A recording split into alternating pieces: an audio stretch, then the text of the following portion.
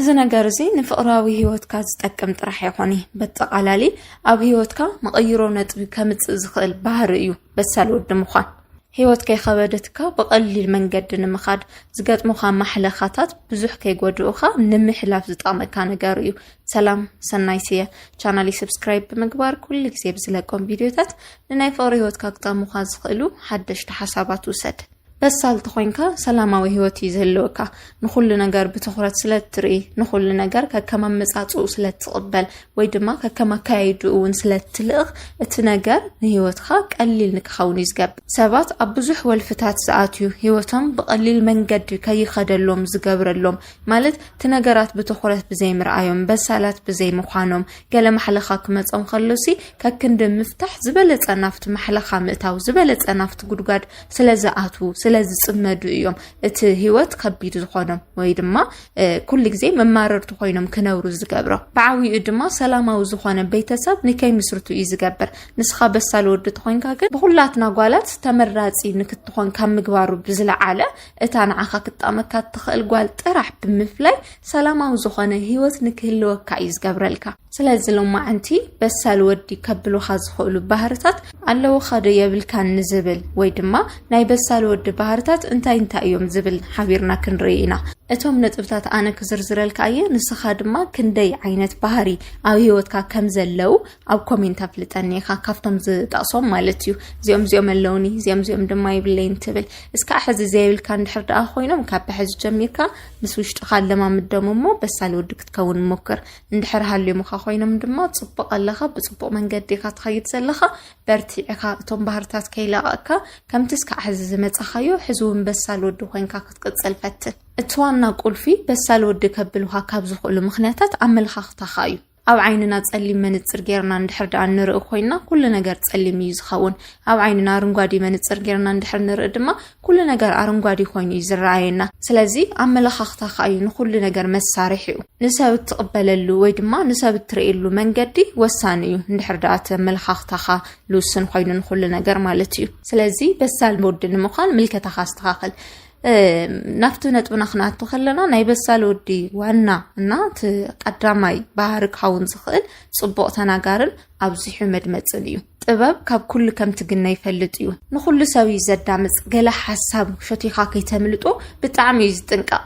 ነዚ ድማ ንማንም ሰብ ይንዕቐን ንኩሉ ሰብ ብማዕረ መንገዲ ይዘዳምጽ በሳል ወዲ ዝዛረብ ንኩሉ ድሕሪ ምስምዑ ስለዝኾነ እሱ ምስተዛረበ ብድሕሪ ክዛረብ ዝደፍር የለን ናቱ ሓሳብ ናይ መወዳእታ ውሳነ ክኸውን ይዝገብር ኣብ ንግግሩ ሓንቲ ጠብ ትብል ቃል የላን ኩሉ ብትኹረት እዩ ዝሰምዖ ምክንያቱ ንኩሎም ብምድማጽ ታይ ይሓስብለው ታዮም ክብሉ ደልዮም ከምዚኣተይለዮም ዶ ከምዚኣ ክሓስብ ይኾኑ እዚኣተይለዮም ዶ ክቕበሉን ይኾኑ ዝብል ሓሳብ አጸቢኦ መሰስተንተነ እዩ ዝዛረብ ስኢሉ ብዝፈቀደሉ ወይ ድማ ስኢሉ ውሽጡ ስለዝተናገሩ ጥራሕ እዚ አክብል ከምቲ አክብል ኢሉ ስኢሉ ሃጠው ቀጠባ ይብለን ስለዚ እታ ንግግሩ ኣብ መሬት ጠባይ ትብል ማለት እዩ ኻሊ ናይ በሳል ወዲ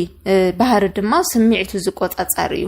ብስል ወዲ ስኹን እዩ ንኩሉ ነገር ስኹን ኢሉ ይሰምዕ ስኹን ኢሉ ድማ መልሲ ይምልስ ስምዒትካ ተቆጣጸር ማለት ስምዒትካ ምሕባእ ማለት አይኾኒ እቲ ንዴት እንድሕር ዳ ተሰምዒካ ትንዴትካ ሕባእዮ ማለት አይኾኒ ወይ ብጣዕሚ እንድሕር ሓጎስ ተሰምዒካ እቲ ሓጎስ ሕባእዮ ማለት አይኾኒ ብዙሕ ሰብ ዝጋጋ ኣብ ዝቦታ እዩ ስምዒቱ ዝቆጣጸር ወዲ ክበሃል ከለሲ ተተናዲዱውን ዕፍን ኣቢሉ ዝሕዝ ተተሓጒሱውን ብዙሕ ዘይሕጎስ ዓይነት ወዲ ይመስሎ ኩሉ ስምዒቱ ክሓቢ ይሙክር እዚ ኣብይ ስሕተት እዩ ስምዒትካ ምቁጽጻር ማለት ኣብ ዝተናደድካሉ ሰዓት ወይ ድማ ብጣዕሚ ሓጎስ ኣብ ዝተሰምዐካ ግዜ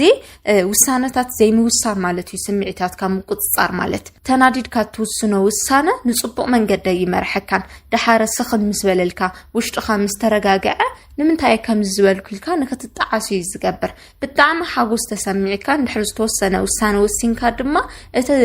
ኣብ ሓጎስ ሰዓት ዝወሰንካዮ ውሳነ ልክዕ ከም ዘይነበረ ንምንታይ ከም ዝወሲና ሓጺጸ ኢልካ ንክትሓስብ ዝገብር እዩ ስለዚ ስምዒቱ ዝቆጣጸር ወዲ ምስትኸውን ኣእምሮኻ ኣብ ኖርማል ምስኮነ ወይ ድማ ኣብ ዝተረጋግዐ ግዜ ምስኮነ እትውስኖ ውሳነ ንህይወትካ ዝጠቅም ኣርሒካ ኣሚትካ ኣርሒካ ሓሲብካ እትውስኖ ውሳነ ስለዝኾነ በሳል ወዲ ዘብለካ ባህሪ እዩ በሳል ወዲ ቶሎ ይፈርድን ድሓር ምስ ፈረደ ድማ ወይ ውሳነ ምስ ወሰነ ድማ ዘይጣዓሰሉ ውሳነ ይዙስን ንድሕሪት ምልሲሉስ ከምዚኣ ተዝገብር ነይረኮ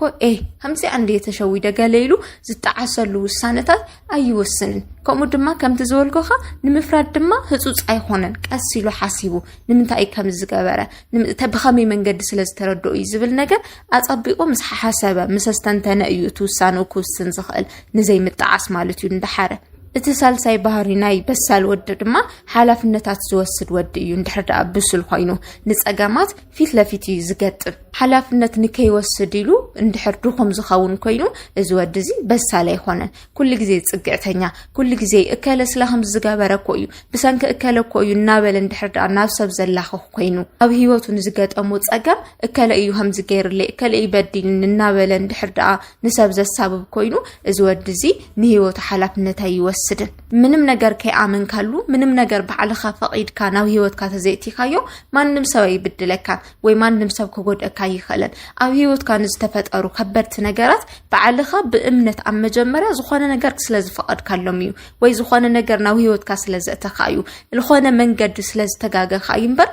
ብምንም ስኢሉ ካብ መሬት ተላዒሉ ዝኾነ ሕማቕ ነገር ኣብ ህይወትካ ይገጥመካን ህይወትካ ንምስትኽኻል ትጽዕር ከለኻ ወይ ህይወትካ ናብ ዝሐሸ መንገዲ ክወስድ ኣለኹ ኢልካ ኣብ ተሓስበሉ ሰዓት ይፈተና ዝገጥመካ ስለዚ በቲ ዝገጠመካ ነገር ድማ ሓላፍነት ክትወስድ ናይ ግድን እዩ ካሊእ ድማ ሓላፍነት ዝወስድ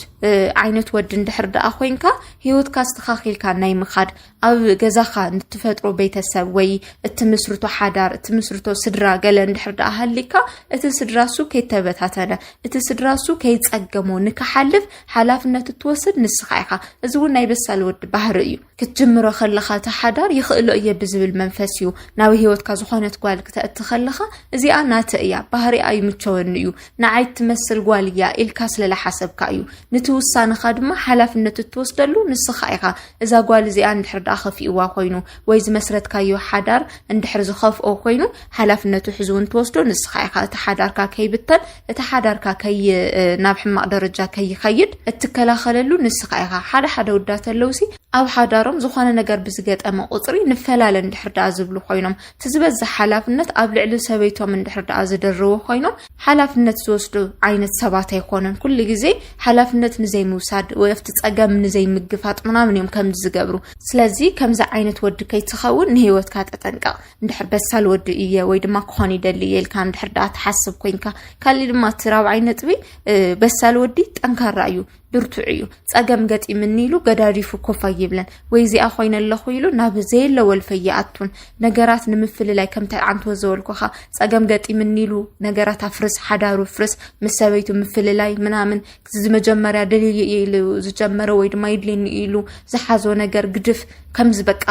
ምንም ኣይንከአኒ ዕሾኽ ኣይውግዓኒ ዕንቅፋት ኣይውግዓኒ ተወቂዕኒ ግን ኩሉ ነገር ክገድፎ እየ ዝብል ዓይነት ወዲ ይኾነይ በሳል ወዲ እንድሕር ደኣ ኮይኑ ብርቱዕ እዩ ንጸገማት ክፋለም ዝኽእል እዩ ዕድመስ ከዓ ዝተዋሃቦ ኣብ ምድርስ ከዓ ዝሃለየ ክሳዕ ዘተንፈሰ ኩሉ ነገር ይኽእሎ እየ ኩሉ ግዜ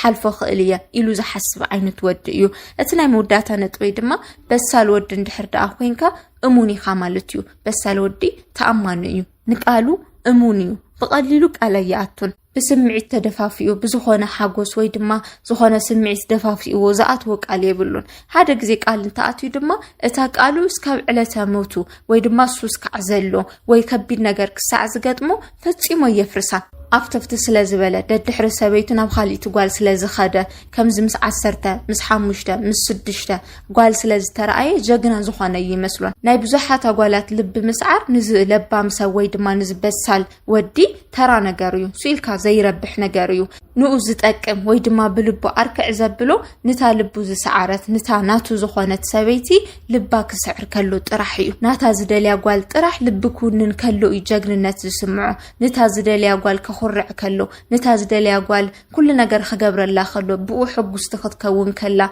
ኩሉ ግዜ ልባል ኣብ ልዕሊኡ ተደርበየ ክኸውን ከሎ እዩ ጀግንነት ዝስምዖ እሙን እዩ ኣሚናቶ ክሳዕ ምስኡ ዘላ ተኣምነታ ከፍርሰላ ይደልን ኣብ ዝሓፍረሉን ዝሕበአሉን ቦታ ክርከባ ኣይደልን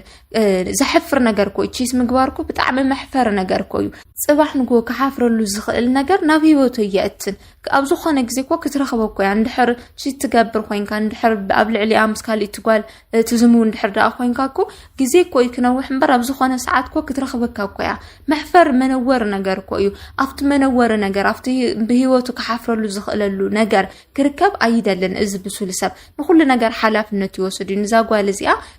كخبرك إياه يفكرك إياه إلو ندحر نبيوتو تيوا خويلو نتازبلا قال امونيو تأمانيو ابز حفرلون زحبقلون بوتا كركب ايدلن سلازي نسخه بسال ودريخه اتم زنغرخو خمشته نطبታት ኣብ ህይወት ካለው ድዮም استب كومنت افلطاني خندي استراخبكا كابزن 5 نطبታት بسال ود እንድሕር ዳ ኮይንካ እታ ዝረኸብካ ያጓልውን ብስልት እያ ትኸውን ብስነ ስርዓት ዝመረጽካያ ስለትኸውን ማለት እዩ ሪኢኻ ብስምዒት ከይተደፋፋኻ ጽባቃ ጥራሕ ከይውዳቃካ ብውሽጣ በሳል ምዃና ለባም ምዃና ሪኢኻ ለእተኻ ያጓል ስለትኸውን ዕድመ ልክዕኻ ሕጉስና ኾንካ ብዙሓት ፈተናታት ዋላ ተገጠሙኻ ምስ መጻምድኻ ኾንካ ለይተሓልፎ ጸገም ከም ዘየለ ተረዲኢኻ ለእተኻ ያ ትኾነልካ ስለዚህ ሰላማዊ ዝኾነ ህይወት ንዓኻ ይግባእካ እዩ ብሱልክ ትኸውን ይግባእካ እንድሕር ዝኹሉ ነገር ክትረክብ ኾንካ ቻናሌ ሓድሽ ተኾንካ ቻናሌ ሰብስክራይብ ብምግባር ኩሉ ግዜ ዝለቆም ቪዲዮታት ተጠቐመሎም እዛ ቪዲዮ እዚ እውን ተበጽሕነት ምንታን ክልዋ